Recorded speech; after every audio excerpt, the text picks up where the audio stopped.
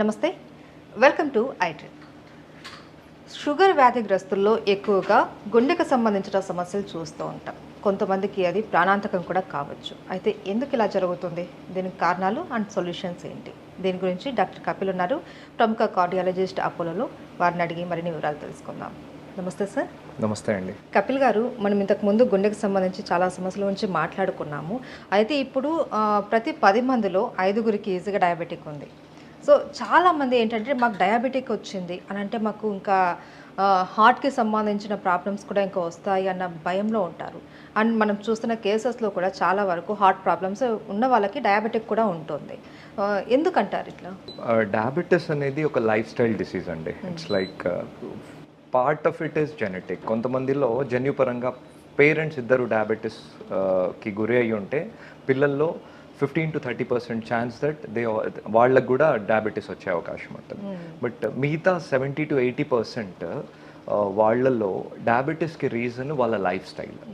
So life style అనగానే మనము ఎంతైతే ఆహారం తీసుకుంటున్నామో, ఎన్ని క్యాలరీస్ అయితే ఆహారం తీసుకుంటున్నామో అంత క్యాలరీస్ మనం ఒకవేళ బర్న్ చేయకుంటే దానివల్ల మెల్లిమెల్లిగా ఉబకాయము, అబ్డామినల్ ఒబేసిటీ ఇవన్నీ స్టార్ట్ అయ్యి ఇన్సులిన్ రెసిస్టెన్స్లోకి వెళ్తుంది. దీన్ని గ్రాస్గా చెప్పాలంటే మెటబాలిక్ సిండ్రోమ్ అని అంటారు. సో దాంట్లో షుగర్ లెవెల్స్, తర్వాత కొలెస్ట్రాల్ పెరగడము, తర్వాత బీపీ పెరగడము, నడుము దగ్గర కొవ్వు చేరుకోవడం, ఇలాంటివన్నీ జరగడం వల్ల వాళ్ళు ఇన్సులిన్ రెసిస్టెన్స్, ఇంటాలరెన్స్కి, గ్లూకోజ్ ఇంటాలరెన్స్, ఇన్సులిన్ రెసిస్టెన్స్ స్టేట్లోకి వెళ్తారు. అలా వెళ్ళడం వల్ల వాళ్ళు డయాబెటీస్కి దగ్గరవుతారు, ప్రీ డయాబెటిక్ స్టేట్కి వెళ్తారు. సో డయాబెటీస్ ఉన్న వాళ్ళలో గుండె జబ్బులు, రక్తనాళాల్లో బ్లాక్స్ వచ్చే అవకాశం చాలా ఎక్కువ కంపేర్డ్ టు జనరల్ పాపులేషన్. ఎవరికైతే డయాబెటీస్ లేదో వాళ్ళకంటే వీళ్ళలో చాలా ఎక్కువ. ఈ డయాబెటీస్ అనేది ఒంటరిగా రాదండి, దాంతోపాటు కొలెస్ట్రాల్ని కూడా తీసుకొస్తుంది. డయాబెటీస్ ఉన్న వాళ్ళలో ఎల్డిఎల్ కొలెస్ట్రాల్ రసాయన మార్పులు జరిగి ఆక్సిడైజ్డ్ ఎల్డిఎల్ అనే ఒక రకమైన ఎల్డిఎల్ తయారవుతుంది. అది మోర్ అథెరోజెనిక్.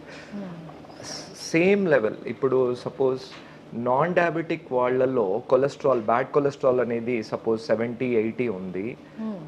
వీళ్ళలో ఆ 70-80కే ఎక్కువ అథెరోజెనిసిటీ ఉంటుంది. అంటే same level of bad cholesterol diabetics, non diabetics చూస్తే డయాబెటిక్స్లో ఆ ఎల్డిఎల్ అనేది కంట్రోల్ ఉన్న ఆ ఎల్డిఎల్లో మార్పు ఉండి అది ఎక్కువగా బ్లాక్స్ని క్రియేట్ చేసే అవకాశం ఉంటుంది. So lifestyle changes, strict diabetic control, షుగర్స్ని బాగా కంట్రోల్ చేయడం, దాంతోపాటు కొలెస్ట్రాల్ని కూడా కంట్రోల్ చేయడం వల్ల షుగర్ వ్యాధిగ్రస్తుల్లో గుండె జబ్బు రాకుండా జాగ్రత్తలు తీసుకోగలము. కొంతమందిలో మేము యాంజియోగ్రామ్స్ అవి చూస్తూ ఉంటాం. 70 years పీపుల్లో 20 years డయాబెటీస్ ఉంటుంది, బట్ వాళ్ళ డయాబెటీస్ చాలా బాగా కంట్రోల్ చేస్తారు. అలాంటి వాళ్ళలో ఒక్కొక్కసారి రక్తనాళాలు యాంజియోగ్రామ్లో చాలా ప్రిస్టీన్గా బాగా ఉంటాయి. కొంతమంది 5 years డయాబెటీసే ఉంటుంది, కానీ uncontrolled sugars, obesity, higher LDL వీళ్ళల్లో యాంజియో చేస్తే ఒక్కొక్కసారి సమ్టైమ్స్ మల్టిపుల్ బ్లాక్స్ రావచ్చు. రీసెంట్గా ఒక 37-year-oldకి డయాబెటీస్ ఫర్ టైప్ 2 డయాబెటీస్, రెండో రకం డయాబెటీస్, పుట్టినప్పటి నుంచి అంటే పిల్లల్లో వచ్చే డయాబెటీస్ కాకుండా అడల్ట్ ఆన్సెట్ డయాబెటీస్లో 37 years అబ్బాయికి మేము చేస్తే he had triple vessel disease. అంటే ఆ ఏజ్కి తగ్గట్టుగా లేదు డిసీజ్, ఆ ఏజ్ కంటే చాలా ఎక్కువగా ఉంది. So diabetes is definitely very important risk factor for the development of heart disease అండి. సో అందుకోసమే డయాబెటీస్ ఉన్నవాళ్ళు అధైర్యపడకుండా strict diabetes control and lifestyle changes అనేవి చాలా ఇంపార్టెంట్. ఈ ఒక్క స్టేట్మెంట్ నేను అందరికీ చెప్పదలుచుకున్నాను. Diabetes is a lifestyle disease. So మీరు టాబ్లెట్స్ మింగుతూ ఉన్నారు, బట్ లైఫ్ స్టైల్ని మీరు మార్చట్లేదు అంటే అది పైన మాత్రమే ట్రీట్ చేస్తున్నట్టు, ఇన్ డెప్త్లో ట్రీట్మెంట్ జరగట్లేదు. ట్యాబ్లెట్స్ తీసుకుంటే ట్యాబ్లెట్స్ తగ్గిస్తాయి, బట్ మీ ఒరిజినల్ స్వరూపం లోపల అలానే ఉంది అంటే మీ డైట్ మీరు చేంజ్ చేయలేరు, మీ ఎక్సర్సైజ్ పెంచట్లేదు డ్యూరేషన్, మీ స్ట్రెస్ని తగ్గించుకోవట్లేదు అంటే డెఫినెట్గా ప్రోగ్రెసివ్గా మీకు ఇంజురీ జరుగుతూనే ఉంటుంది. సో డయాబెటీస్ ఉన్న వాళ్ళు జాగ్రత్తలు ఖచ్చితంగా తీసుకోవాలి. రెగ్యులర్ చెకప్స్ కూడా ఇంపార్టెంట్ అండి. అంటే రెగ్యులర్గా మనం ఎలాంటి చెకప్స్ చేయించుకోవాలి, ఎప్పుడెప్పుడు చేయించుకోవాలి? 5 years into diabetes, if they are అంటే వాళ్ళలో షుగర్స్ అనేవి బాగా కంట్రోల్ ఉన్నాయంటే yearly once cardiology visit is enough అండి. But other risk factors add అవుతున్నాయి అనుకోండి, డయాబెటీస్ మాత్రమే ఉంటే yearly once cardiac checkup is enough అండి. ఇది ఏంటంటే దేశంకి మారుతుంటుంది, కంట్రీకి వాళ్ళ గైడ్ లైన్స్ మారుతుంటాయి. బట్ ఇండియన్ కాంటెక్స్లో only diabetes, rest of all the things are normal. 1 year ఒక్కొక్కసారి గుండెకి సంబంధించిన టెస్టులు, ట్రెడ్మిల్ కానీ స్ట్రెస్ టెస్ట్ కానీ బేస్ లైన్ ఈసీజీ కానీ చేసుకుంటే చాలు.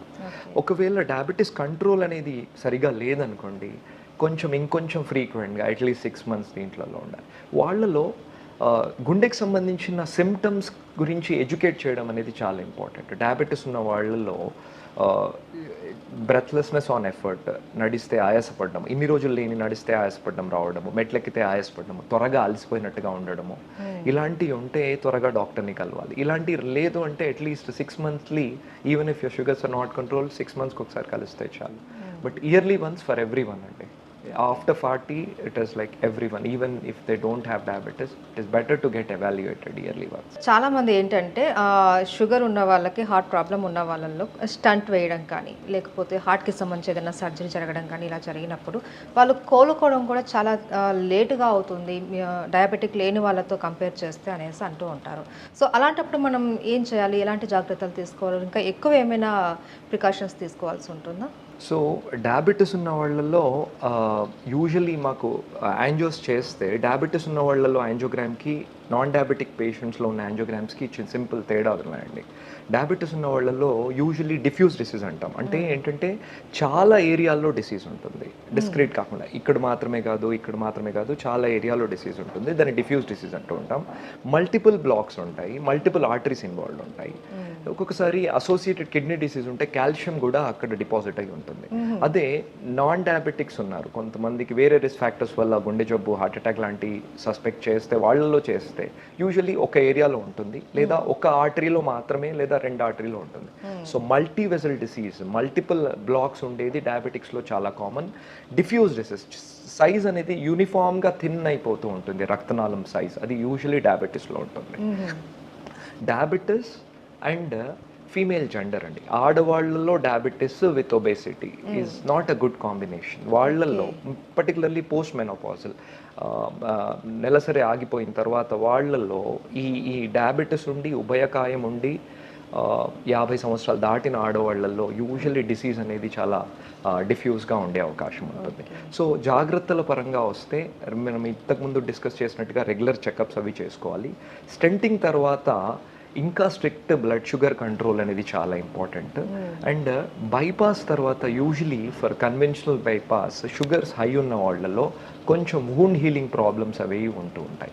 But there is no major difference as such. ఒక్కసారి స్టంటింగ్ కానీ బైపాస్ కానీ ట్రీట్మెంట్ లాగా తీసుకున్న తర్వాత వాళ్ళు ఖచ్చితంగా 2 విభాగాల్లో ఖచ్చితంగా షుగర్ కంట్రోల్ అనేది చాలా చాలా ఇంపార్టెంట్ అండి. అండ్ సార్, ఈ షుగర్ పేషెంట్స్లో స్టంట్స్ వేసిన తర్వాత ఆ లొకేషన్లో కొద్దిగా ఇన్ఫెక్షన్ వచ్చే అవకాశాలు ఉంటాయి అనేసి అంటూ ఉంటారు, అది ఎంతవరకు వాస్తవం అంటారు? స్టంట్స్లో ఇన్ఫెక్షన్ అనేది పెద్దగా ఉండదండి, ఛాన్స్ లేదు. ఎందుకంటే ఎసెప్టిక్ కండిషన్స్లో అవి చేస్తూ ఉంటాము. యూజువలీ పోస్ట్ బైపాస్ యూజువలీ ఒకప్పుడు ఉండేవండి. ఇప్పుడు because of the antibiotics and all, because of the more learning about the conditions and అవన్నీ చూడడం వల్ల ఇప్పుడు ఇన్ఫెక్షన్ రేట్ అనేది చాలా తగ్గింది. యూజువలీ వూండ్ హీలింగ్ ప్రాబ్లమ్స్ అండి, షుగర్ ఎప్పుడు ఎక్కువగా ఉంటుందో బ్యాక్టీరియాకి అదొక మంచి ప్రదేశం అన్నట్టు. సో అందుకోసం అవి గ్రో అవుతూ ఉంటాయి. But with the antibiotics that we have and laminar flow theatres ఇవన్నీ రావడం వల్ల మనకి ఇన్ఫెక్షన్ రేట్ అనేది తగ్గిందండి. దాని గురించి ప్రస్తుతానికి వరి అవ్వాల్సిన అవసరం లేదు. డెవలప్మెంట్ ఆఫ్ డిసీజ్ దగ్గర మనం ఎక్కువ కాన్సన్ట్రేట్ చేస్తే సరిపోతుంది. Thank you so much. Thank you.